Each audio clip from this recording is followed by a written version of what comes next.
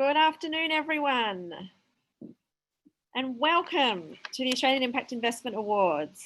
We'll just give a couple of moments for people to come in and then we will get underway. Fabulous. People are coming in. Just give it a couple of minutes for everybody to get in and join our virtual Zoom room.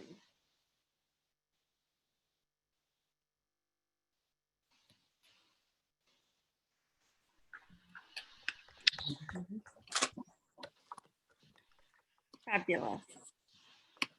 Keep coming. We'll actually have to. Great. Chris, we have you in. Fabulous. Welcome, everyone.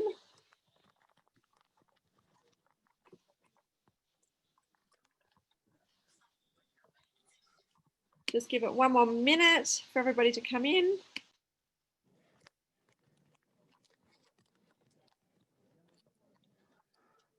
Welcome, everyone. If you want to share in the chat where you're joining us from, that would be lovely.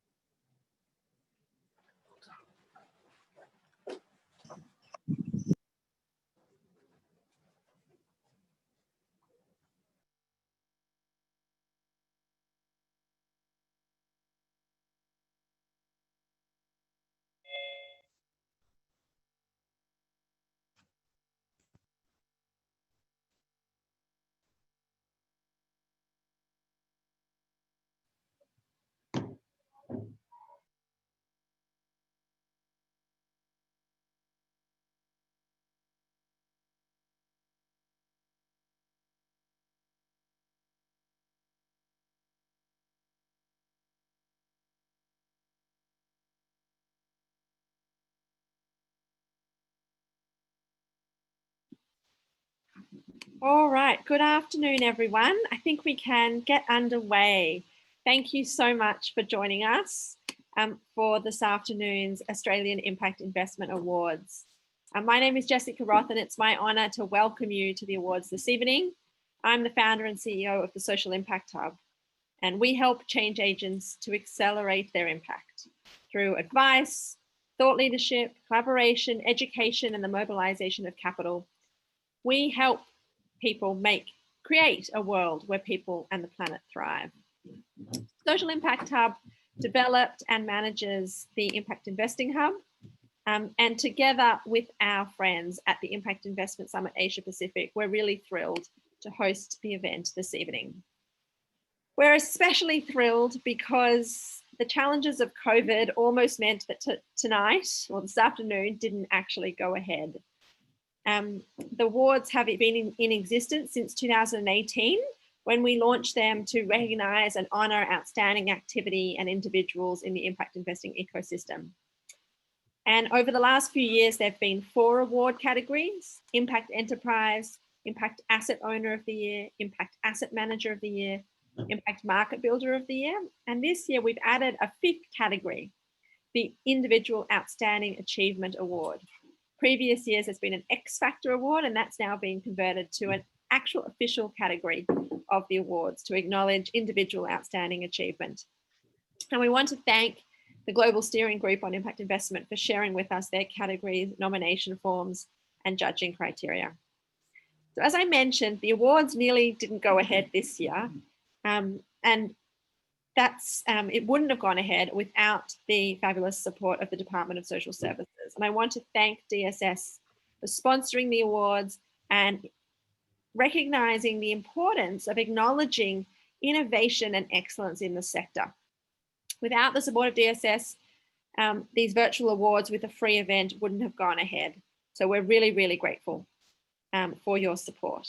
I also want to thank the judges for taking the time to review a record number of nominations, select the finalists and the winners. It's been a huge commitment.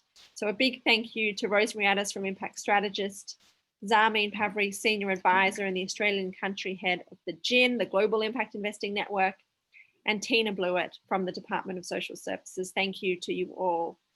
from the whole team for all the time that you've taken to review such fabulous nominations. We were really thrilled with the quality and quantity of nominations this year. The judges have been extremely proper through the whole process, and they've disclosed any conflicts of interest in relation to the nominees in each category. And where it was a significant conflict, the judge was excluded from the deliberation and decision-making process.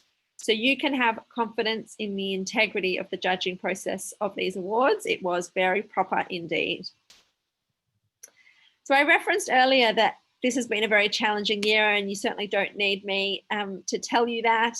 Between the bushfires, COVID-19, the challenges of homeschooling, a global recession, it's been quite a year. And it's really lovely to come together as the impact investment community at the end of such a challenging year to celebrate some of the remarkable achievements that have happened this year and hopefully contribute to the movement to build back better. We want to thank everyone who's taken the time at the end of such a busy, crazy year to nominate someone for the awards. Since we joined Rocket and we engaged with them to... And thank you also to everybody who's come along today. We have all of our finalists up on the screen in panelist view, so you can see all the finalists there. We want to thank everybody who's tuned in at home watching. There is over 100 people registered to join. So thank you to everybody who's joined. We also have about 25 members of Social Impact Hub's Professional Impact Network gathering in person in Sydney to watch the awards.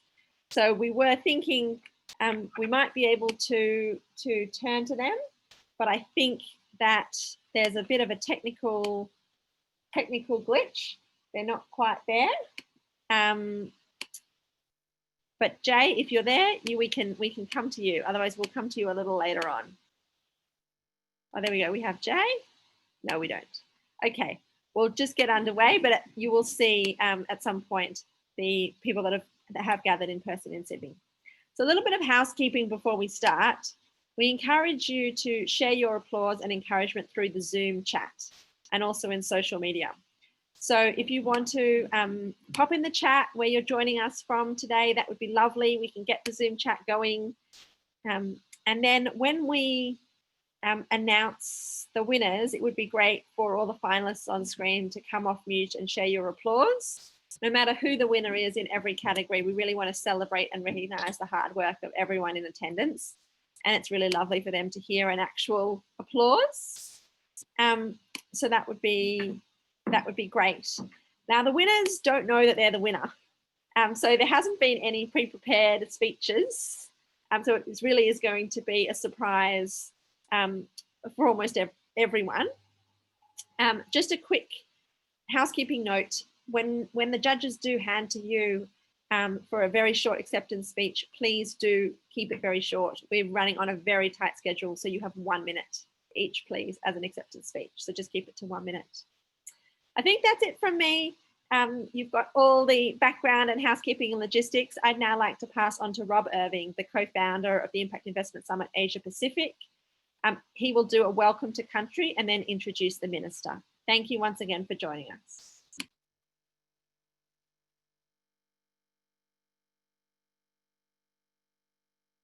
Here attending to our Australia.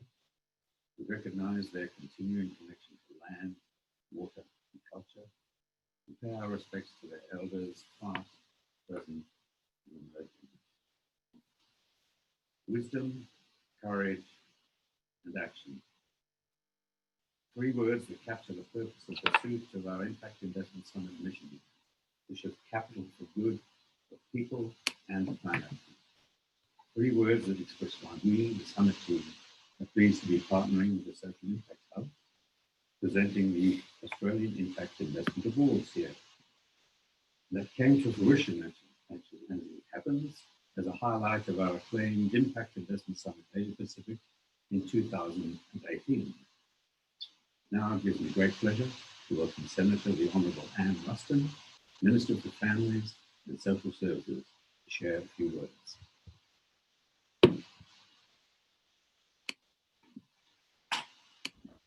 Good afternoon and welcome distinguished guests and award nominees.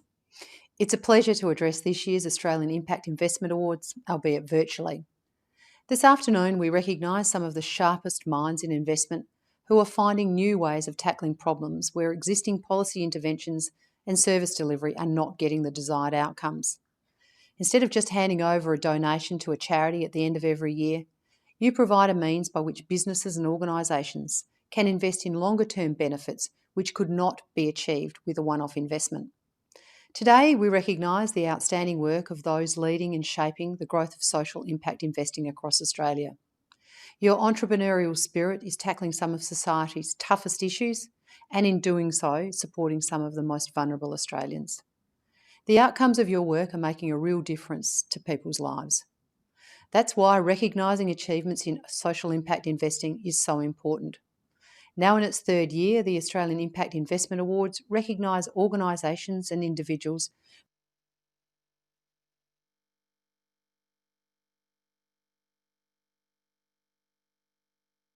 for their expertise, commitment and outstanding achievements.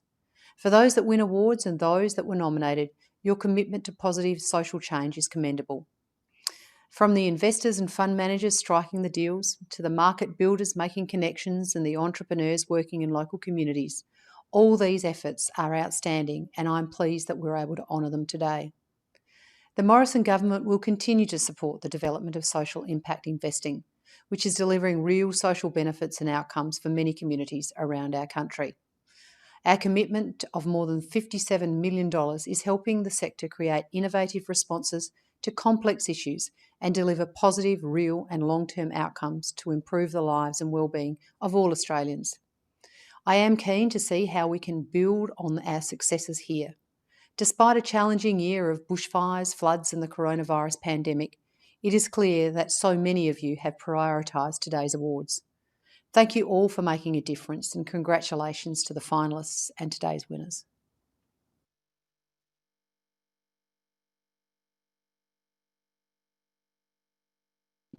Thank you, Anne, for those warm words. We're really pleased to hear the government's continued support to grow and support the impact investment sector.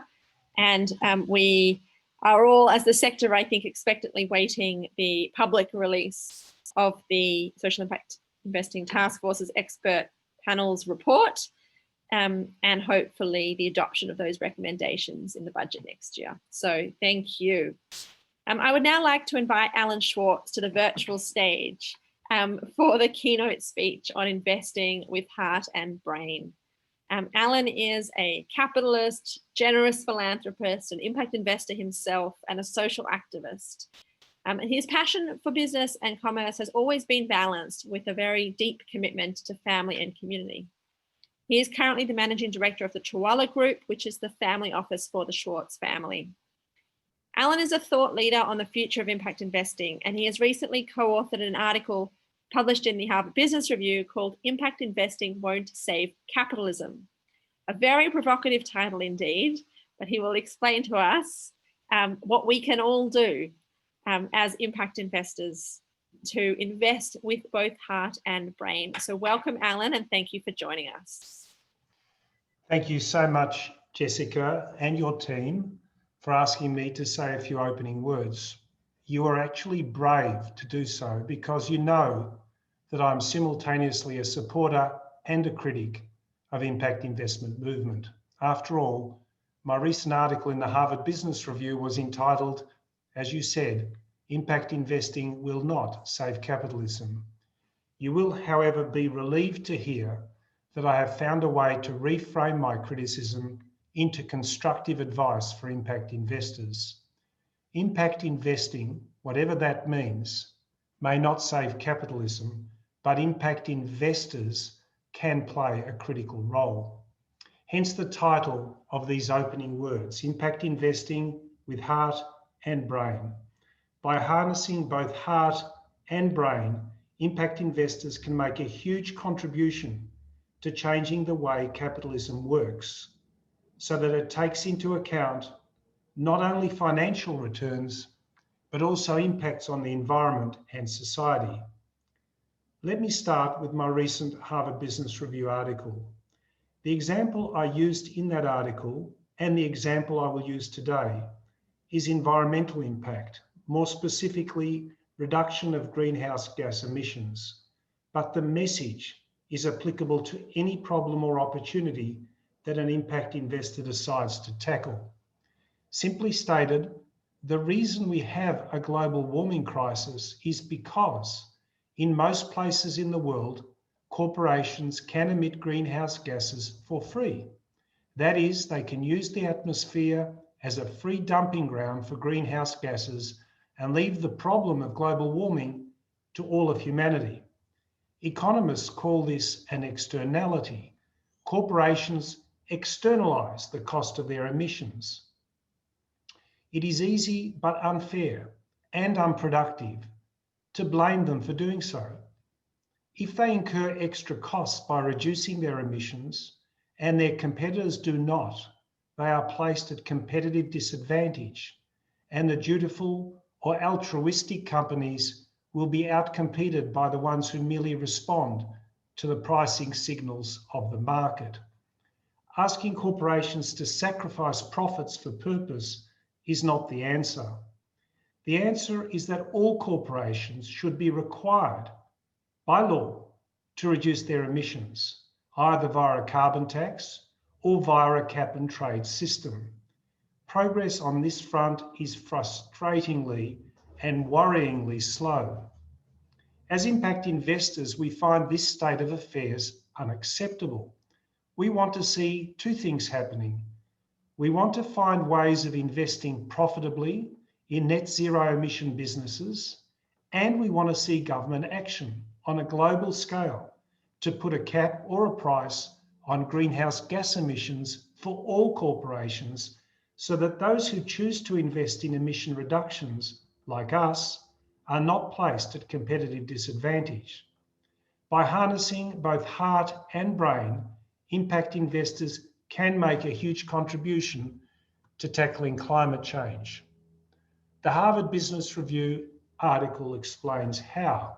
Firstly, there is no doubt that there are plenty of opportunities to invest in low carbon businesses without any trade-off between returns and environmental outcomes. Simple examples include changing light globes, high-value, well-managed solar installations, etc.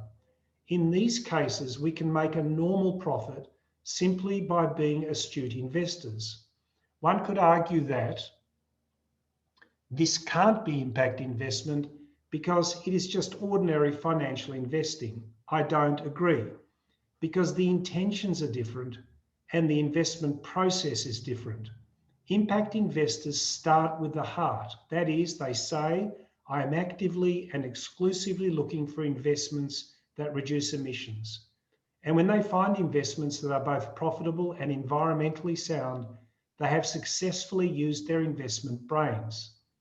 As good as this sounds, the point I make in my article is that it is nowhere near enough to solve global warming. There are simply not enough profitable opportunities to make a serious dent in the problem. The Energy Research Centre of the Netherlands estimates that we need to reduce our emissions by 160 million tonnes by 2050 to limit global warming to 1.5 degrees Celsius. But profitable investments of the sort described above, that is, those that can be undertaken profitably even when there is no price or cap on emissions, will only reduce global emissions by 30 million tonnes, leaving a shortfall of 130 million tonnes. To reach the target of 160 million, we would need, based on today's technologies, a price of $175 per tonne. This brings me to the second category of useful impact investment for emissions reduction. This is the grey zone, where the risk is higher than it should be for the potential return. For example, without the clear prospect of a price or cap on carbon, there'll be a lot of wind and solar projects that are marginal. The risk-return mix is not one a financial investor would willingly accept. This is where there is a trade-off between return and impact, and this is an important area for impact investors to lead by example, pushing the boundaries of innovation, technology and marketing to find pathways to beat the odds and achieve reasonable returns with the full knowledge that the playing field is skewed against you, and you may not get the sort of return you may have earned for a less environmentally worthy project. I encourage you to do this with both heart and brain. Do it with heart because it's the right thing to do, and do it with brain, trying to beat the odds, but knowing that without a level playing field, you may trade profit for purpose. I think we all do impact investments that qualify for Category 1, and some of us consciously pursue opportunities in Category 2 above. My objective today is to encourage you to pursue a third category of impact investment in which you use all your resources, not only financial, but also your connections, your standing amongst your peers, your political influence, whatever, to contribute to the essentially political challenge of changing the rules of the game so that all corporations are required to reduce their emissions or pay for their emissions, which will in turn expand the scope of profitable investments for all of us as impact investors. Some of us are still arguing about what impact investment means, but I say it doesn't matter. What matters is impact investors who invest with both heart and brain. Those who look for relatively safe bets in renewable energy businesses, and those who take greater risks in newer technologies and markets without commensurate upside. I know I'm speaking to the converted, but too many of us, including me until recently, think that politics is a dirty, nasty business and we want no part of it. This is my message today. If we want to be able to make real impact in the world, we need the regulatory framework that makes it possible for us to invest in things that we all care about. The social cohesion and well-being of our communities and of our fragile earth. Politics is a necessary part of the work of an impact investor. By this, I don't mean going into politics. It means using your wealth, your connections, and your reputation to promote regulatory change that enables us to do what we need to do profitably. I've used the example of greenhouse gases and global warming, but the concepts I've spoken about today apply across everything we care about and everything we tackle, whether it is literacy or social isolation or obesity or species and habitat destruction. I've tried just in a few minutes, because I know you're all not here to hear a long speech, to capture the essence of the argument that was presented in the Harvard Business Review, which was actually a very positive article. The title was designed to attract the reader. The content says that an impact investor should pursue profitable opportunities, should also allocate part of their capital to pursuing opportunities that, as astute investors, they know are not necessarily giving them the risk return that they would like. And most importantly, in terms of today's presentation, that they're going to not regard government regulation as red tape, but understand that government regulation creates the framework that enables us to do the things that we want to do profitably. If any of you are interested in taking this further, please contact the organisers and I'd be happy to engage with you directly by email and perhaps send you a few articles here and there. So that's all I wanted to say today. Again, thank you very much for inviting me, and I hope you found that stimulating and interesting and hopefully even inspiring and hopefully more politicised. Thank you, Jessica. Thank you very much. Alan, that was truly inspiring. You did meet the brief. A call to action to all the impact investors on the line. And this is the tribe, as you said, these are the core people driving it to use our hearts and our brains, to use all the tools in our toolbox, use all the resources that we have at our disposal to change the rules of the game.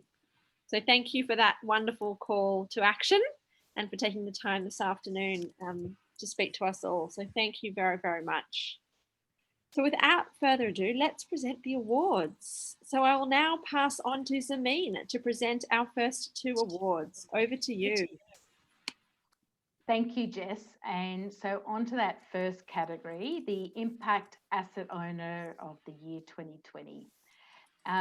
In this category, we actually were very delighted to see a diverse mixture of institutional investors, and we had 4 wonderful finalists in this category. The Lord Mayor's Charitable Foundation, Christian Super, Verve Super, and Australian Centre for Rural Entrepreneurship, ACRE.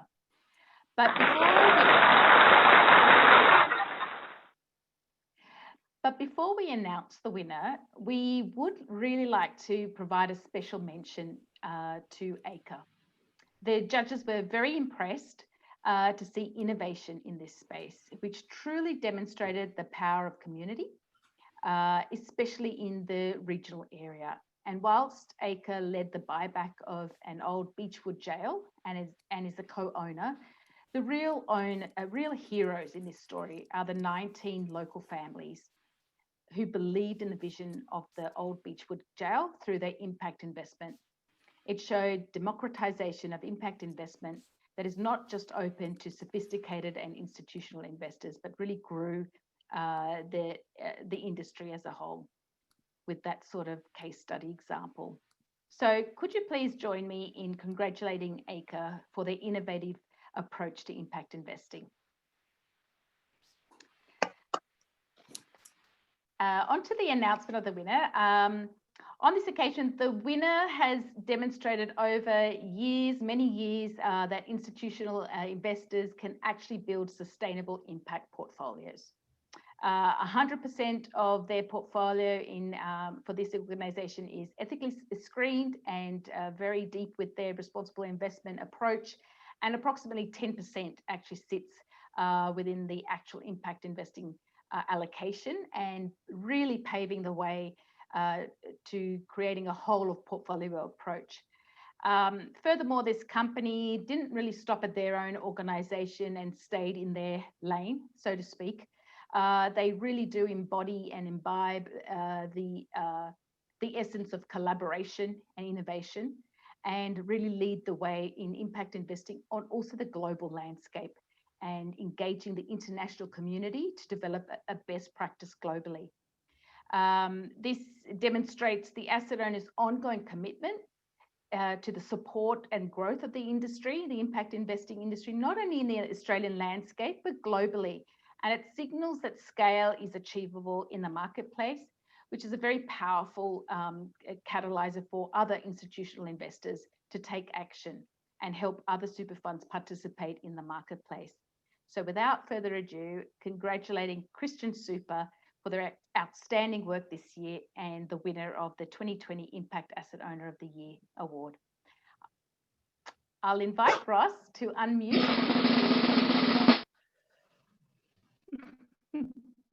Wow, we've got some good special effects there. Look, thank you so much, Zam. I'll be very brief, simply to say that we are deeply appreciative and honoured for this recognition, and on behalf of the team, express appreciation to all of the partners and the others who've been nominated for this. Our real heart and mission is that we can be catalytic in demonstrating what we are doing and what we are learning.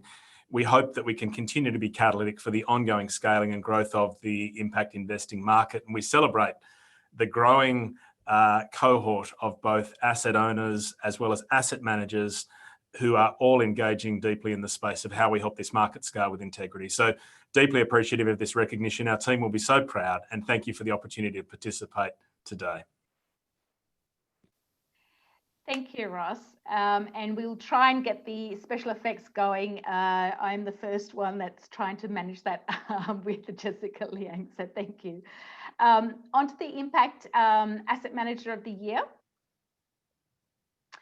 The second category, we had 4 great finalists in this category: CIFA, Global Impact Initiative, Pengana Capital, and Affirmative Investment Management.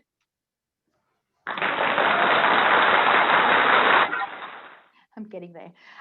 What made the actual winner in this category? And we heard, if I reflect back on some of the keynote speakers, and the introduction. We talk about wisdom, bravery, courage.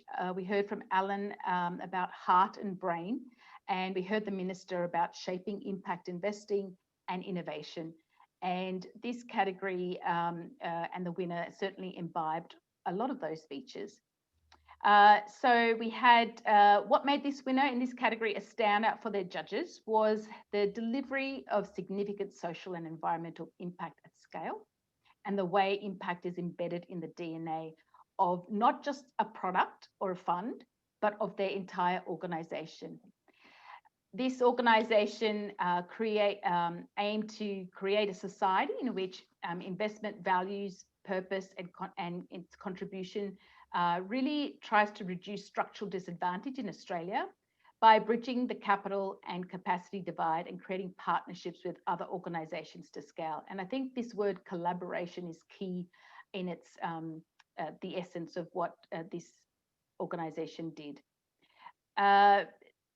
This organisation also disbursed close to $40 million worth of loans across 50 transactions in the last 10 years.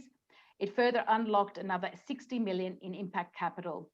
And further, the judges were very impressed to see their support of social enterprises affected during COVID in the last year and their community outreach. This asset manager has consistently leveraged their initial government funding dollar for dollar in every year of their existence. And they are the only social finance provider in the federal government's coronavirus SME guarantee scheme. And for this reason and the achievements that it has achieved, you may have already guessed, congratulations to CIFA as the winner of the 2020 Impact Asset Manager of the Year Award.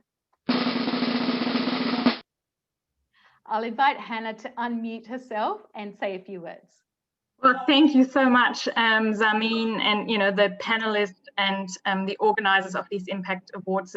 It's an absolute honour and pleasure to be awarded this particular category after 10 years being started by the predecessors of DSS by DIVA with a government grant, and continue to even pivot before the pandemic was there to the needs of the social enterprise sector in terms of the capability and most importantly also the capital that they need. And I think you've really summarized it in terms of what CIFA is all about, our values of really that togetherness and championing the work of others and partnership. So thank you so much. It's a really great honor to accept the award on behalf of our board and on behalf of the female CIFA team. Thank you. Thank you, Hannah. And now I pass on to Glenn Hansen, Acting Branch Manager, Community Cohesion Branch, Department of Social Services, to present the next award. Thanks, Amin, and g'day everyone. It's a pleasure to join you here from Canberra on beautiful Ngunnawal country, and I'm really glad to be here to present the Impact Market Builder of the Year Award. I'm stepping in today for Tina Blewett, who many of you already know, but in my normal day job, I'm one of the Directors of Social Impact Investment here at the Department of Social Services. The department's really pleased to be sponsoring the 2020 Australian Impact Investment Awards as part of our efforts to continue to contribute towards the impact investment market in Australia. I'd like to echo our Minister's gratitude for all the work that you've been doing during this very, very difficult year in making a difference, particularly for vulnerable Australians. So coming to the finalists, our finalists for Impact Market Builder of the Year are Red Hat Impact, Impact Investing Australia, CIFA, Impact Club, and Frontiers Broker Network. We had a huge number of nominations in this category, and it was hard for the judges to come up with one winner. So we've got two. So the first winner in this category have put impact investing on the policy agenda, providing whole of market policy recommendations to government. Its breakthrough achievement during the year has been to facilitate the first meeting between the Prime Minister, Scott Morrison, and former British Prime Minister, David Cameron, to discuss the contribution impact investing can make to a post-COVID recovery. The first winner of the 2020 Impact Market Builder of the Year Award is Impact Investing Australia. I'll invite Sally to unmute and say a few words. Thank you. Look, thanks so much, Glenn. It's like the other speakers have said, it's a huge honour to be recognised for this award. It's been a really big year for our organisation. I'm a bit teary, actually. I'm choked up about the whole thing. A really big year. I'd really like to particularly thank Sabina, who was the architect of that amazing meeting that we managed to get between the Prime Minister and David Cameron. And I'd really just like to acknowledge our sponsors through the year, thank DSS and the sponsors of the awards, and acknowledge also our director, particularly and Rosemary Addis, for all their work, and our amazing colleagues at the GSG for helping to drive our work as well, and of course the broader team. And just hoping at this point that, to Jess's point earlier, that we're able to actually see some of the task force expert panel recommendations come to fruition, because I think that will be the biggest achievement for all of us. Thanks. Thank you, Sally. So, coming to our next award, we recognise that there have been challenges in building the market infrastructure, so capacity building, connecting investors to deal flow, and education and collaboration are all essential functions in this market development. The second winner in this category has really leveraged collaboration and cooperation with other organisations in the sector to build an Australian market and beyond. What made this enterprise stand out to judges was the ecosystem of individual organisations pooling their respective expertise to offer a reliable and affordable supply chain in the Pacific that enables enterprises to operate confidently and scale their impact. So today's second winner for the 2020 Impact Market Builder of the Year Award is Red Hat Impact. I'd like to invite Paul Howarth to unmute and say a few words. Well, thank you very much, Chris, and to everyone for what is a fantastic award. Tēnā koutou katoa from Whakatū in Aotearoa, Nelson, New Zealand. It's my privilege to accept this on behalf of an ecosystem. We have a lot of people that have been working very, very hard on this, this concept of the trade finance vehicle for at least 2 years. The vast majority of whom are women. And so the irony is not lost on me just at the moment in terms of accepting the award. I want to pay specific recognition to the enterprises themselves, who really led, through collaboration with a range of players in the ecosystem, really led the design of this idea. We obviously recognise the role that Pacific Rise via DFAT, the Criterion Institute, Lotus Impact, James at Lotus Impact, and a number of other people that have really supported this concept. What's really important to recognise here too is that we've had some impact investors come in behind the trade finance vehicle. We had 15 impact investors for this particular deal, and 13 of them were women. So we've really been able to leverage not only the thinking of women, but also the capital from women to really make this real. So it's a great honour to accept this award. Thanks very much. Keep watching this space. We feel like this is just the beginning of what we're working on at the moment. Thanks, Paul. That's really great to hear. I'd now like to pass on to Rosemary to present the next award. Thank you. Thanks very much for that, Glenn. I'm delighted to be here and presenting the award ceremony today.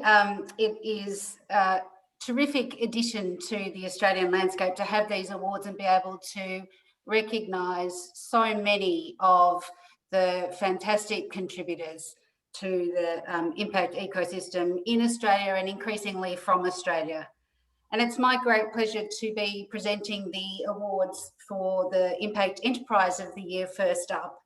The finalists in this category are Exceptional, Australian Associated Press, Ag Unity, and Tiverton Rothwell Partners.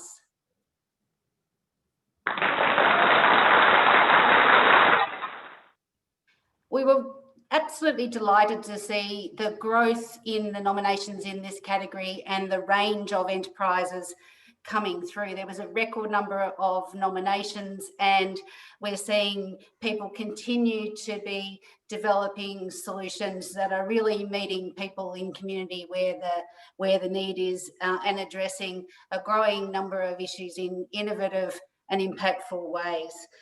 Congratulations to all of the nominees and to the finalists.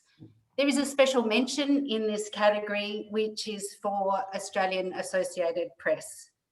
It is a huge achievement this year, the work that was done by the consortium that brought Australian Associated Press. It has not only become a social enterprise, but this has played a critical role in preserving a pillar of Australia's journalistic ecosystem and independent reporting in this country. And it's a really important addition in which both philanthropy and impact investing played a significant role. And we'd like to acknowledge all of those who were involved in bringing that together. And now on to the winner. One of the many challenges that we know social enterprises face is raising capital and being able to meet investors on appropriate terms. As Alan said, it takes heart and mind to come together. And in this category, the judges wanted to recognise the innovative financing that's been brought together in a really important area of helping people who have autism to find meaningful work, and for an organisation that was prepared to back itself and those who worked with it to bring together innovative financing mechanisms that are linked to the outcomes that this enterprise is delivering. So the Impact Enterprise winner for 2020 is, drumroll please, Jess. Exceptional. And I'd like to invite Mike Tozer to say a few words. Wow, thank you, Rosemary, and thank you to the organisers. It's a real honour to accept this award, and a real lift for our whole team, I think, for at the end of what's been a really challenging year for everyone. I want to thank the investors we work with on the Bold contract. That was an amazing thing to carve out, and I hope it's paved the way for other enterprises to follow behind us and do likewise. And I also want to thank the amazing autistic people that trust us with their career, with their job search. Every day they surprise me, amaze me with the skills, the things that they have to bring to workplaces. And yeah, the employer partners we're working with as well are carving out a whole new way of doing work. And it is yeah, really exciting moment to accept this. And we're looking forward to 2021 and to yeah, building back better. And yeah, really stepping into the new year, empowered by the investment we've had, and yeah, really launching forward from here. So yeah, thank you again to everyone. So many people on this call have been a part of this journey. It's a real community to build an impact business. Congratulations, Mike, to you and all of the team. Thank you. We come now to the final category, which, as Jess explained, is new as a standalone category, but we've been so overwhelmed year on year at the terrific achievements of individuals and the willingness that we see of people to really put their personal and professional credentials on the line in order to make impact happen. And so many people make fantastic contributions that it's always a really it's been an inspiring part of being part of these awards, both when we originated them at the GSG and now with the version here in Australia. And this year was no exception, and having the standalone category, we had many people who have been making outstanding contributions nominated, and it was a very difficult choice indeed, ranging from the quiet achievers to the people who are prepared to make noise at the right time in the right forums for us to help make change happen. So we did have to make choices among the fantastic range of nominees. I'd like to congratulate all of those who were nominated and thank them for their contributions. We do have, as has been the one in previous years as well, more than one winner in this category. So I'm going to announce them each individually and invite them to speak briefly. First up, the Individual Outstanding Achievement Award is, drumroll please, Jess.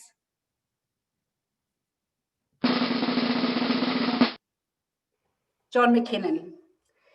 John, many of you will know, has been an impact investor for many, many years and has been one of the people who has really helped to mobilise private markets, has indeed brought together head and heart and been prepared to back some enterprises where they wouldn't have been able to continue their work creating impact in communities. Otherwise, has been prepared to go first when others were less willing to take a leap, and was instrumental this year in that purchase of AAP, which was mentioned previously, and set a new benchmark in Australia for what impact investment can be and the way that we can drive public goods through impact investment.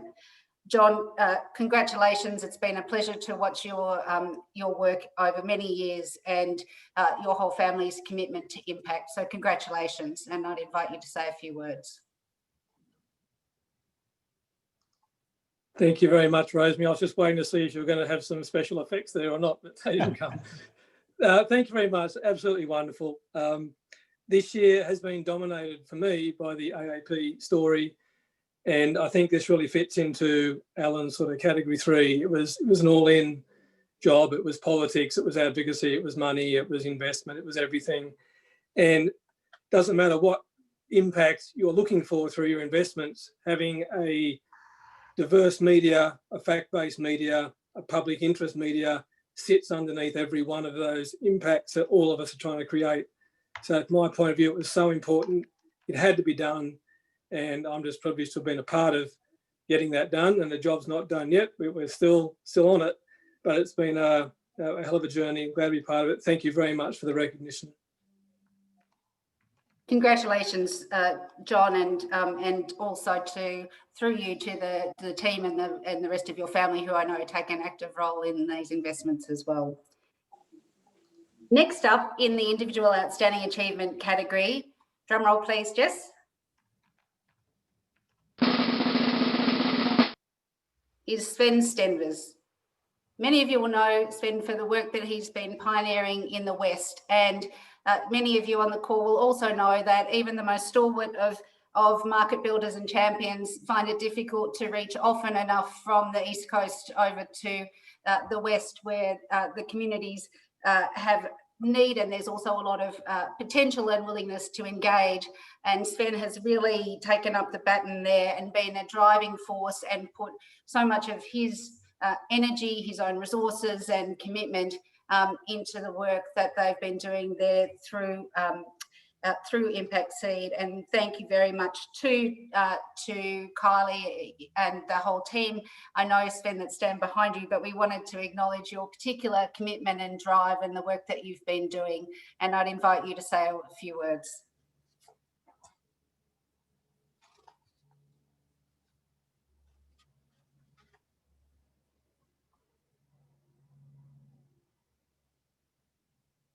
Not sure if Sven has actually just dropped off. Can you hear me? Oh, yeah, we can. Welcome. Welcome.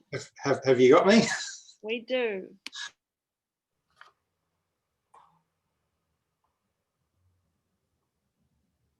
Please go ahead. We can hear you.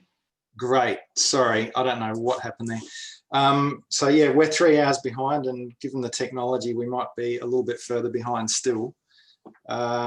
It's often joked that we're 15 years behind as well as the 3 hours, because it's quite a politically conservative state, and we're good at digging stuff up out of the ground.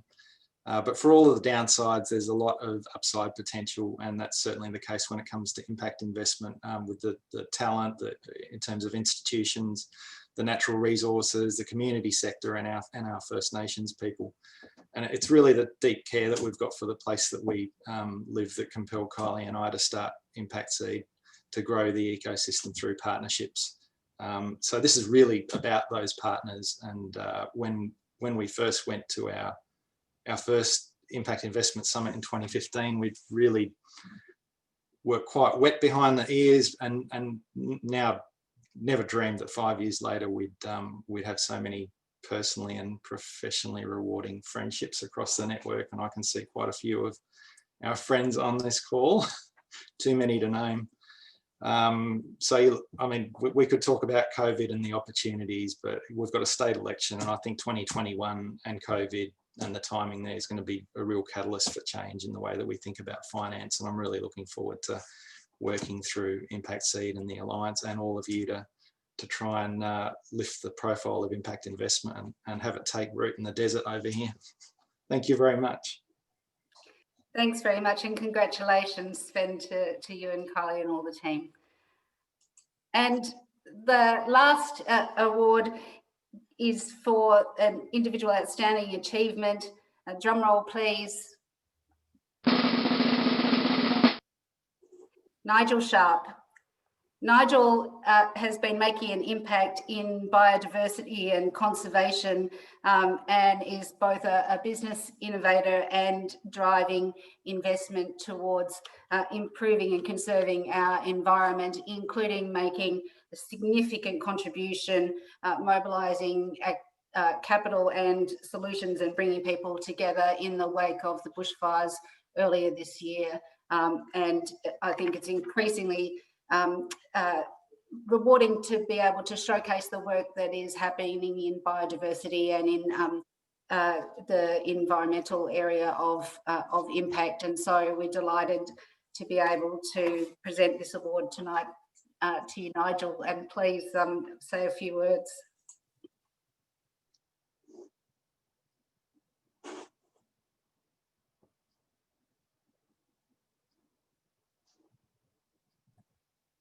I think, Nigel, you might still be on mute. I'm sorry, it's my bad technical skills there. Thank you very much, Rosemary. It's a great honour to receive this award. Any individual award, I think, is backed by others, and I'm fortunate to be supported by so many people with my crazy ideas, and the enormous volunteer base, lots of people working around what we do, and people who work sort of day and night to achieve sort of the impacts that we're having. So look, I'm extremely grateful, and I can see a lot of familiar faces here today and supporters of some of our projects as well. And I thank everybody who's supported me on this journey. Thank you very much. Congratulations, Nigel, and congratulations to all of the nominees and particularly to the winners in this category. Handing back now to Jess, but before I let go of the bully pulpit, I do want to acknowledge Jess and her team who really drive this effort every year and are also fantastic contributors to impact investment and to the impact ecosystem, but in taking the organising role don't always get that shout out. So thank you to Jess and your team. Thank you very much, Rosemary. So the awards are now officially finished, but we have one more very important acknowledgement to make. Just as Rosemary acknowledged us, we have a final acknowledgement of her. Rosemary was actually nominated for the Individual Achievement Award, but she excluded herself from consideration for the award due to her role as a judge. She was very conscious of the obvious conflict and said it was completely inappropriate for her to receive an award in her always generous way. But the other judges, without Rosemary in the room, felt it was appropriate at this point of the afternoon to acknowledge Rosemary's lifetime achievements and contributions to the sector. So Tina couldn't join us in person, but she's recorded this message for Rosemary. So we'll now play a very short video. Hi everybody. Look, before we close, I would like to take this opportunity to acknowledge Rosemary Addis AM for her remarkable efforts and achievements in innovation and impact investment. Rosemary has been and continues to be a world leader in this field. She's a renowned global strategist and thought leader who has inspired many to reconsider how we approach complex issues and to think about solutions in new, innovative, sustainable ways. I'm sure many of you have probably come across Rosemary in your journeys. Rosemary's bio is remarkable. Just let me share with you some of her achievements. She is Executive Director of Impact Strategists. She was the first social innovation strategist for the Australian government in 2010. This is where I actually first met Rosemary. She was instrumental in advocating for the Australian government's investment through the Social Enterprise Development Investment Fund. She is the founding chair of IIA Advisory Board, for which she continues to be an ambassador today. Her global influence includes ambassador for the Global Steering Group for Impact Investment, and she has been an expert reviewer for impact initiatives of the OECD and the World Economic Forum. Rosemary has been formally recognised as a leader in the field, awarded the Impact Investing Asia Pacific Market Builder of the Year award in 2018. And more recently, she was made a member of the Order of Australia. How absolutely fantastic for Rosemary. On a personal note, I would like to recognise Rosemary's timeless efforts over many years on knocking on the doors of government, including my own, on every time she was in Canberra.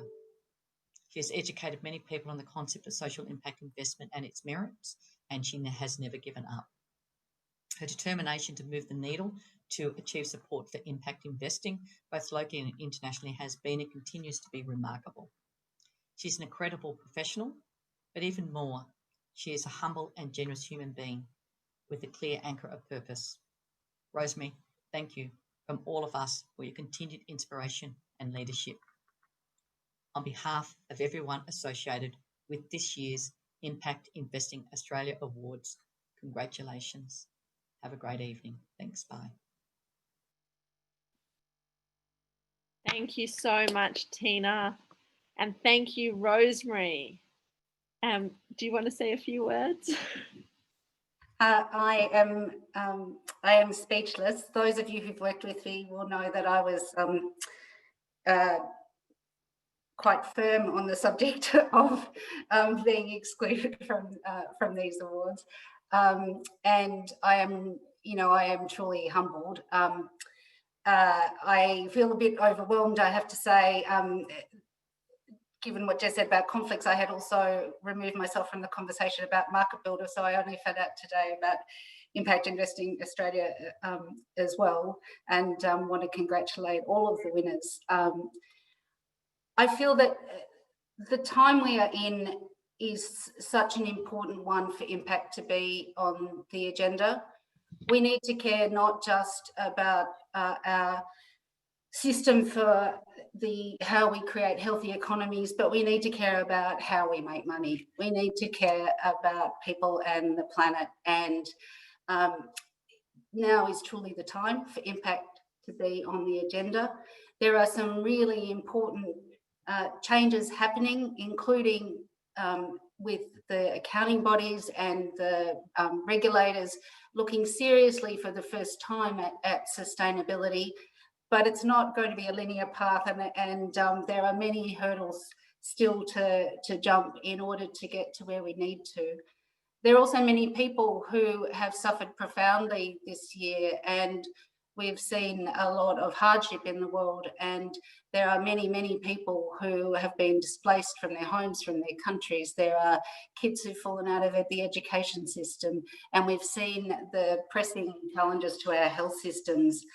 And so I want, in thanking everybody for the effort that they've put in, to also make a call to action that now is the time for us to ensure that impact is on the agenda, and to be engaging, as Alan said, with our political leaders, but also with business and investment leaders, and with the communities who understand what they need, and to be doing all that we can through our personal choices and our work to conserve our environment. Because with everything we've seen in 2020, the question you will know, many of you will know that I've been asking is, if not now, then when? So thank you. I really am very very humbled, because we do this work. I know many of you do this work for the people that we that we serve, and for the kind of world that we want to make for our kids. So thank you, Jess. Thank you very much, Rosemary. a very, very well-deserved acknowledgement. We wish we could have given you an actual award, but she insisted not. So thank you for everything you've done and given, keep giving. So thank you. I'd now like to hand over to Alex Fayer, one of the other co-founders of the Impact Investment Summit Asia Pacific, to close. Thank you, Alex. Congratulations, Rosemary, an amazing achievement, and a big congratulations to the award, all the award winners, and a huge thanks to the Social Impact Hub team. You drove this event so beautifully this evening. Thank you to the judging panel and DSS for their generous ongoing support. And thank you to all of those who attended this evening. We really appreciate the time you took out. We look forward to moving back to real human connection next year, hopefully, and then being live at the next Impact Investment Summit in October 2021. Happy holidays, and may 2021 bring you all joy and peace. All the best. See you soon. Bye.